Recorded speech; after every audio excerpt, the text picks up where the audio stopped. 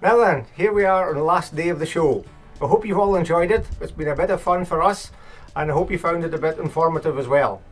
Thank you to everybody for liking and sharing in all the posts. We've got a few questions now, and so we'll answer them for you.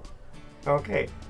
Okay, so our first question I think is for Lucas, and somebody's asking, can we retrofit CTIS to trailers?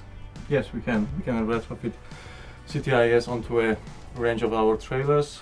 Everything that has a hollow axles that can be retrofitted reasonably easily. Okay, and we have another question, which is actually from my mum.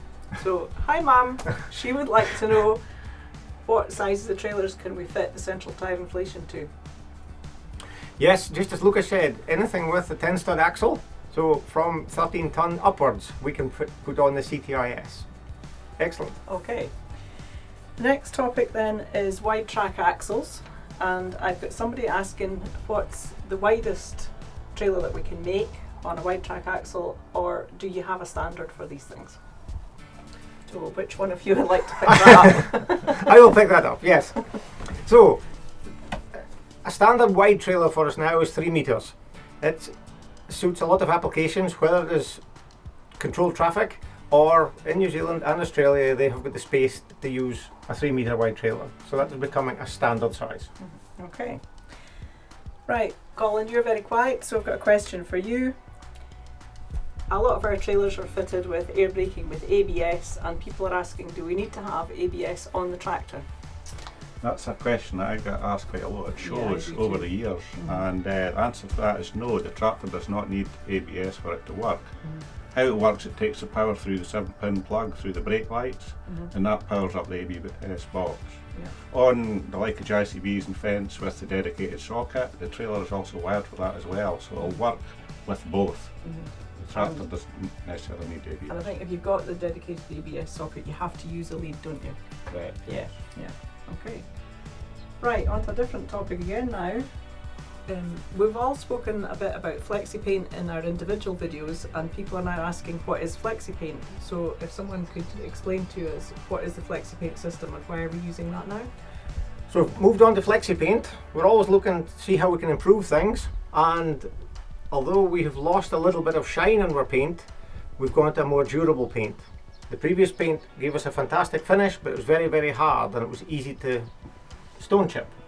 So we've gone to Flexi Paint because we've also moved to Hardox, and the Hardox flexes, so we need something to flex with the steel. So that's why we've gone to Flexi Paint. So it's given us durability, great for stone chips, but also the Hardox flexes, the paint flexes as well. Okay. Right, last question of the day is we obviously fit a lot of BKT tyres, and there's some people not so familiar with the brand asking, are they good tyres and why do we fit so many of them? Must be Collins.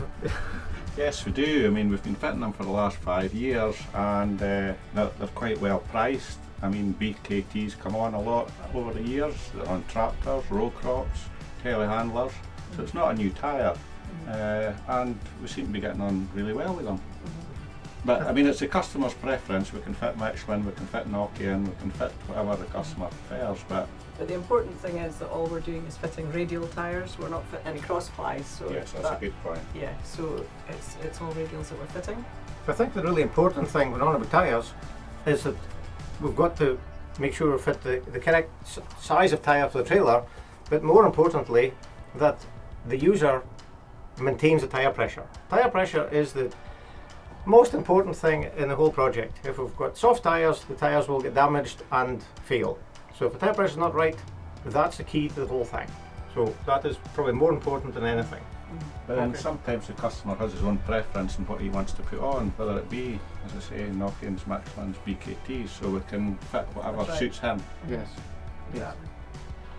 Well, that's it, folks. The show's over and we're all heading off to the beer tent.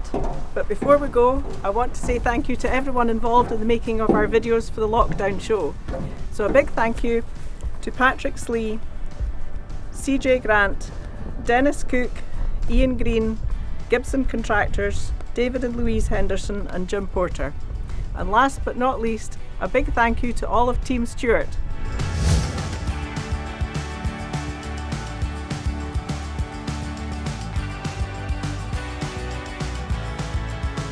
Well, that's the Stewart Trailers Lockdown Show finished. Thank you all very much for joining us. We hope to see you in person next year, and until then, take care, stay safe.